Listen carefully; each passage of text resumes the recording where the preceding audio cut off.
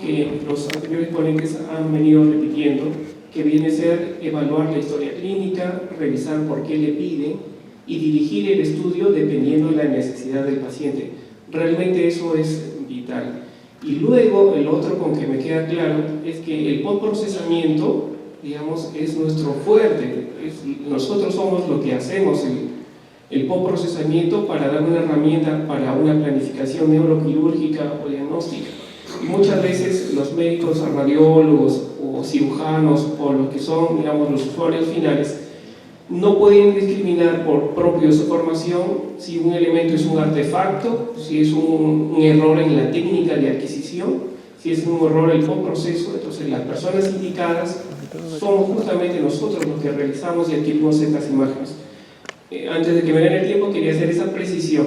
Y bueno, y con respecto al tema en sí mismo, es justamente la labor y la importancia del postproceso y cuánto nosotros debemos de conocer desde las bases físicas en la adquisición y entender cuál es el proceso de adquisición de las imágenes en sí mismos.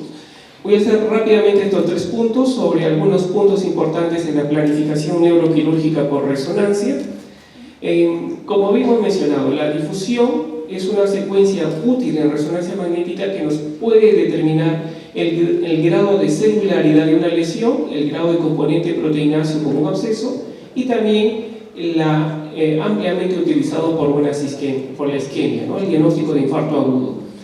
Ya está ampliamente conocido que la alteración del movimiento browniano del agua va a determinar la difusión isotrópica. Es cuando no hay ningún tipo de restricción al movimiento libre del agua.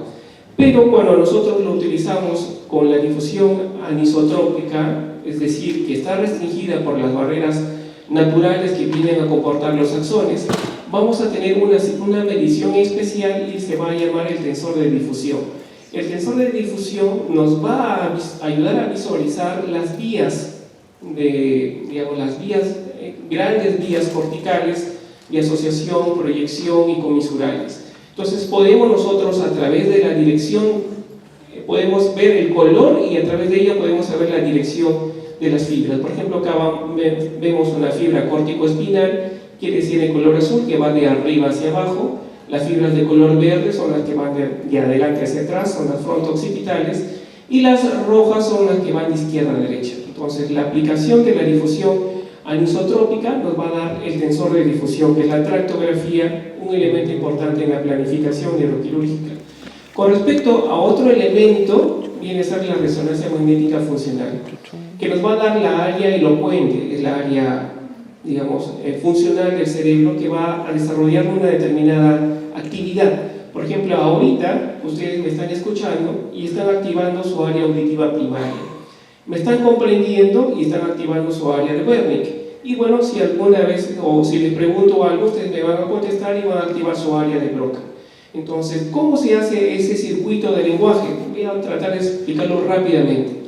Cuando nosotros damos una orden ejecutiva al cerebro, va a haber un impulso eléctrico.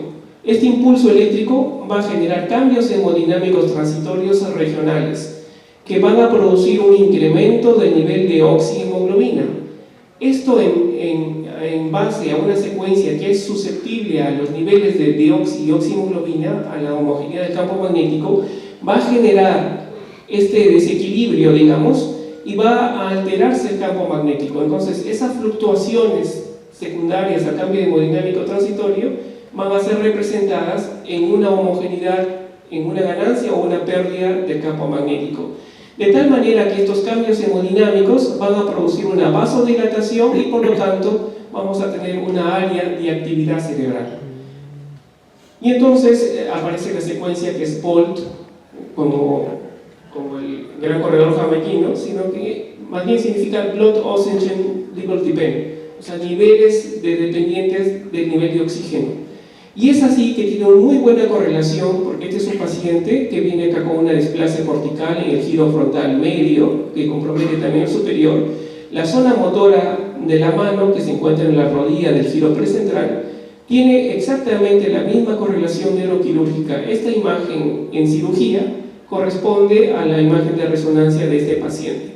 Entonces se corroboró, porque acá está el área 4, es el área motora de la mano, ¿no? Se va comprobando en la misma intervención quirúrgica, el paciente despierto, se le dice mueva la mano y por unos electrodos se le va verificando qué zona se está moviendo, ¿no? Y tiene muy buena correlación con nuestro hallazgo que se realizó por resonancia funcional. Entonces, en la resonancia funcional se le puede decir prácticamente distintas funciones cognitivas, motoras, de lenguaje, dependiendo de qué tarea quieres evaluar y dependiendo de dónde se encuentra la lesión. Si yo tengo un problema, como el anterior caso, adyacente a una área motora, entonces le hago trabajos motores.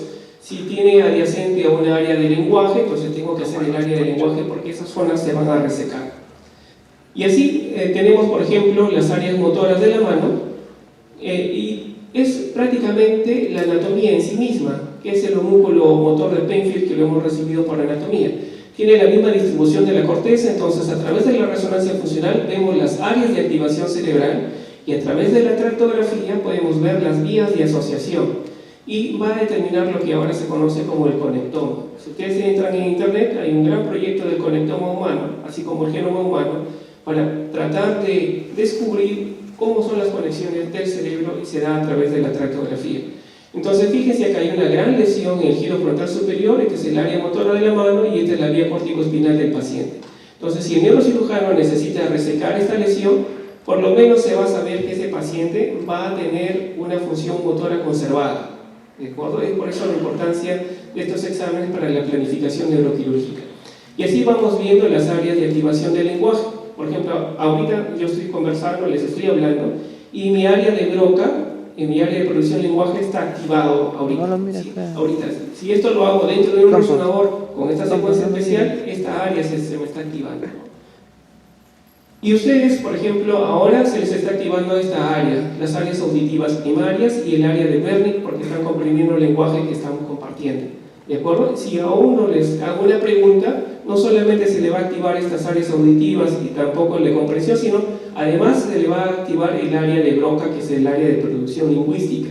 Entonces, dependiendo de las necesidades, se van haciendo, digamos, distintas aplicaciones de estos paradigmas, se conocen, ¿no? Estos son, bueno, no son las principales indicaciones, viene a ser planificación quirúrgica. Por una malformación arteriovenosa, por una esclerosis facial temporal, por una recesión tumoral, etc. Todas ellas van a entrar a la planificación quirúrgica. Vamos a ver con algunos casos clínicos, me avisan con el tiempo para digamos, saber cuánto me queda. Entonces, esta es una paciente de 26 años. Tiene un tiempo de enfermedad aproximadamente de 11 años con historia de crisis parciales complejas, con diagnóstico de epilepsia refractaria a tratamiento médico. Y viene por evaluación prequirúrgica para cirugía de epilepsias. Entonces, hay que considerar que esta paciente tiene 26 años y convulsiona desde hace 11 años, sin remedio, es decir, tiene diagnóstico de epilepsia refractaria al tratamiento. ¿Se imaginan la condición de esa paciente? O sea, convulsionar por 11 años y sin ningún medicamento que le haga efecto. Viene al servicio para que le resequen el área epileptógena. Entonces, van a resecar una parte del cerebro que produce las descargas eléctricas. Y nos preguntan, ¿qué parte, hasta dónde puedo resecar? ¿Dónde está su área de lenguaje? ¿Está adyacente a la zona de lesión? Etcétera. Entonces, toda esa información tenemos que responder. Entonces, tenemos las resonancias basales. Esta es la secuencia FLAIR, todos bien cautelosos y FLAIR axial. Y vemos claramente acá una área de hiperseñal que compromete el hipocampo del lado izquierdo, con una marcada disminución del volumen si ustedes comparan con el otro lado. Entonces la zona epileptógena, juntamente con el electroencefalograma, el video electroencefalograma, indica que esta es la zona epileptógena. Entonces todo esto tienen que resecarlo. Y como es el lado izquierdo, y normalmente la dominancia es izquierda porque somos diestros, entonces es importante demostrar dónde están las áreas del lenguaje. Entonces comenzamos con esta producción lingüística. Le digo al paciente, diga por favor palabras con M, con F, etcétera, con una consonante que dentro de su vocabulario lo conozca. O si el nivel cultural es un poquito más bajo, se le dice significados, dígame útiles de escritorio, dígame herramientas, dígame verduras, dígame platos de comida, etcétera. Entonces se va activando la zona de producción lingüística, ¿no? Entonces vemos el área de Broca que está localizado a la izquierda, que es el mismo lado de la lesión. Entonces Luego le hacemos otro ejercicio, el completamiento de palabras. ¿A qué se refiere? Por ejemplo, yo ahora les digo trompé y ustedes dicen ta, ¿no? Semáforo. Entonces, cuando yo les digo semáforo, ustedes me escuchan, están activando su área auditiva primaria, comprenden lo que les quiero decir, se activa su Wernicke, y cuando ustedes dicen ta, completan la palabra, se activa su área de Broca. Realmente cuando uno revisa la literatura anglosajona, europea, son otros tipos de paradigmas de conjugación verbal, de completamiento verbal, que son muy complejas para nuestro nivel cultural de las personas que llegan a nuestro instituto. Y este paradigma de completar las palabras es tan sencillo y tan eficiente que realmente hemos tenido mucho éxito en realizar estos exámenes. Entonces se ve que el área de Wernicke está en el mismo lado de la lesión. Entonces al neurocirujano se le dice, ¿sabe qué? La área del lenguaje está en el área habitual, está en el giro temporal superior, en su tercio posterior. Si va a hacer un abordaje, tiene que ser por el surco temporal superior, por debajo de este giro, y no tiene que tocar este giro para preservar la función del lenguaje. ¿De acuerdo? Entonces el neurocirujano entra con el cuidado pertinente, ¿no? Y además hacemos la tractografía con el fascículo arcuato que une el Wernicke con el Broca para que se cierre el circuito del lenguaje. Entonces el neurocirujano ya sabe por dónde pasan las fibras de asociación, dónde está el área del lenguaje y para que preserve, ¿no? Todo este trabajo lo hacemos nosotros, los tecnólogos médicos, ¿no? Entonces esto es lo maravilloso de nuestra carrera, porque eso un radiólogo no lo sabe hacer, ¿no? Esto es realmente nuestro trabajo. Igual se le va dando otros tipos de fibras. Esta es una fibra de asociación fronto-occipital.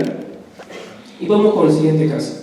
Es un paciente varón de 44 años, posoperado ya de un tumor cerebral frontal izquierdo, y hace aproximadamente 5 meses la cefalea sigue y empieza a tener crisis epilépticas. Entonces, fíjense en este paciente. Yo me acuerdo mucho de este paciente porque era un albañil, ya lo habían operado en el norte, en el hospital del norte de Chiclayo, le habían resecado un tumor, no sabíamos la etiología del tumor, y a pesar de esa cirugía, el paciente seguía teniendo las molestias, ¿no? Y había un detrimento en su función motora, y empezaba a tener problemas también en el lenguaje. Entonces entra al instituto para saber, ¿es resecable, no resecable? ¿Es una recidiva, una remanencia? Entonces vemos acá. Vemos en estas secuencias iniciales, que son las estructurales, una distorsión de la arquitectura cerebral con un amplio edema, ¿no? Y uno siempre piensa en lo que capta contraste es lo más malo, pero vemos que hay una captación realmente muy nodular. Con esto nos quedamos muy cortos porque no podemos afirmar mayor cosa. Pero con estas secuencias avanzadas podemos ver que en la difusión hay una restricción de la difusión, y esto es en relación a un grado de hipercelularidad. Ya está establecido que los gliomas, los tumores de estirpe glial tienen muy buena correlación con la difusión. ¿Qué quiere decir? Cuando hay restricción a la difusión, a mayor restricción, mayor celularidad, por lo tanto, mayor grado de glioma. Y vemos acá que en todo el marco, esta es la zona que no ha resecado, pero en el borde de todo el marco se ve una hipercelularidad marcada. Entonces hay lesión tumoral que ha quedado. Luego le hacemos la perfusión y vemos que esa área que habíamos visto que está en el remanente tiene neoangiogénesis. ¿Qué quiere decir? Hay replicación vascular. Por lo tanto, hay más datos que nos apuntan que es un tumor hipercelular. Luego le hacemos la espectroscopía, aunque no se ve muy bien los mapas, pero vemos que la colina está por las nubes, que quiere decir que hay un gran recambio de membrana, y habiendo un gran recambio de membrana, quiere decir que es una lesión neoproliferativa de alto grado. Entonces tenemos una gran cantidad de información con esta secuencia que nos dice: este es un tumor de alto grado que lo han sacado todo y está en los bordes quirúrgicos. No tuvo márgenes, podemos afirmar que no tuvo márgenes libres, ha habido una gran infiltración. Y con el tensor de difusión vemos la integridad de las fibras. Como vemos acá, el color se respeta, pero en la zona de la lesión como que se ha perdido la desdiferenciación de las direcciones de las fibras, que quiere decir que hay una destrucción adyacente, ¿no? Entonces vemos acá en la reconstrucción de la tractografía, aún así la vía córtico-espinal está respetada, pero fíjense, las fibras de la corona radiata todas están interrumpidas, ¿no? Es por eso que ya el paciente empezaba a tener problemas en la coordinación motora, ¿no? Vemos como en un albañil el área de motora primaria está bastante desarrollada, vemos que la vía corticoespinal está respetada, pero aún así casi todo el lóbulo frontal está comprometido. Esto es en las áreas motoras del pie, que está respetada, y en lo más interesante es el área del lenguaje. El paciente aún venía conversando, como el paciente ya tenía varios meses de tratamiento, la cirugía, quimioterapia, radioterapia. ¿Esto qué es lo que pasó? Vemos que el área de Broca se está desplazando hacia atrás. Entonces esto era un poco no novedoso, sino que hay reportes que igual el cerebro puede tener plasticidad neuronal ante un agente agresor, va a tratar de preservar la función. Entonces vemos que el área de Broca está bastante posterior a la ubicación habitual y como que se va tratando de escapar de la lesión. Entonces otras neuronas empiezan a asumir esa función del lenguaje, pero aún así, fíjense, el compromiso llega prácticamente a tomar el área del lenguaje, a pesar de que el cerebro de este paciente ha tratado de compensarlo, ¿no? Muy bien, ¿cómo voy con el tiempo? ¿Sí? 5 minutos. Termino con este caso. Este es un paciente varón de 17 años con tiempo de enfermedad de 3 meses, con una historia de cefalea pulsátil intensa con diagnóstico de malformación por arteriovenosa, ¿no?, en evaluación prequirúrgica. Para los neurocirujanos es muy importante saber si la malformación arteriovenosa está adyacente a una área importante, porque eso denota una clasificación que se llama de Spetzel-Martin, en el cual te dice, allá este va a cirugía, esto va a radiocirugía, o este va a tratamiento endovascular. Entonces, dependiendo de esa clasificación, se deriva el tratamiento. Entonces, vemos acá este paciente que hay una malformación arteriovenosa, y también es importante demostrar nosotros como tecnólogos la información que requiere el neurocirujano.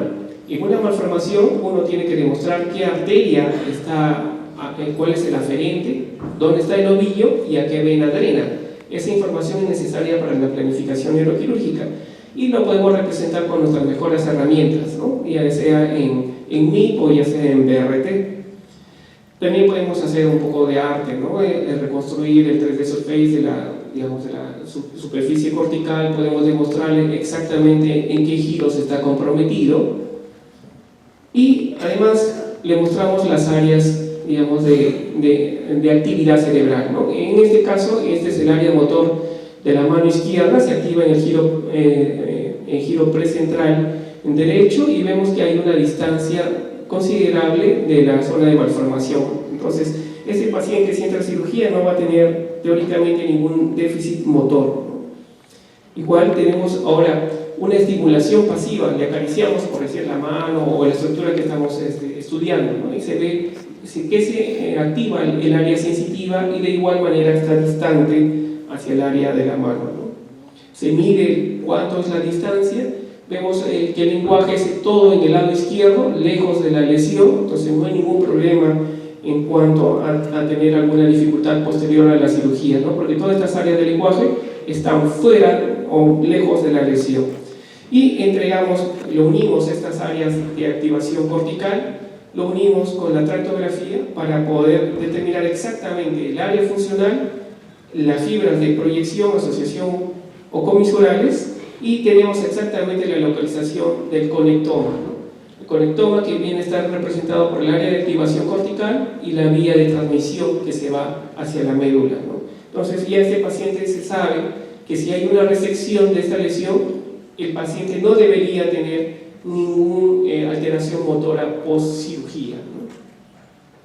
Igual acá, estas son las áreas de activación del lenguaje, vemos los fascículos arcuatos bilaterales, entonces se demuestra que la lesión está lejos, digamos, de todo el campo de resección, ¿no? Entonces con esto podemos el paciente se le da la seguridad de que por lo menos por el proceso quirúrgico no va a haber mucha lesión. Culmino diciendo que realmente es muy importante nuestra labor de tecnólogos médicos. Yo he ejercido la labor más de 15 años y aún lo sigo ejerciendo porque igual es vital el post-procesamiento de las imágenes.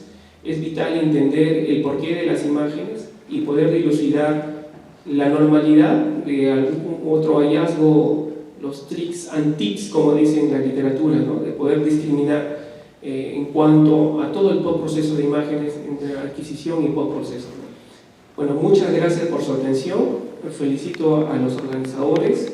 Me parece una idea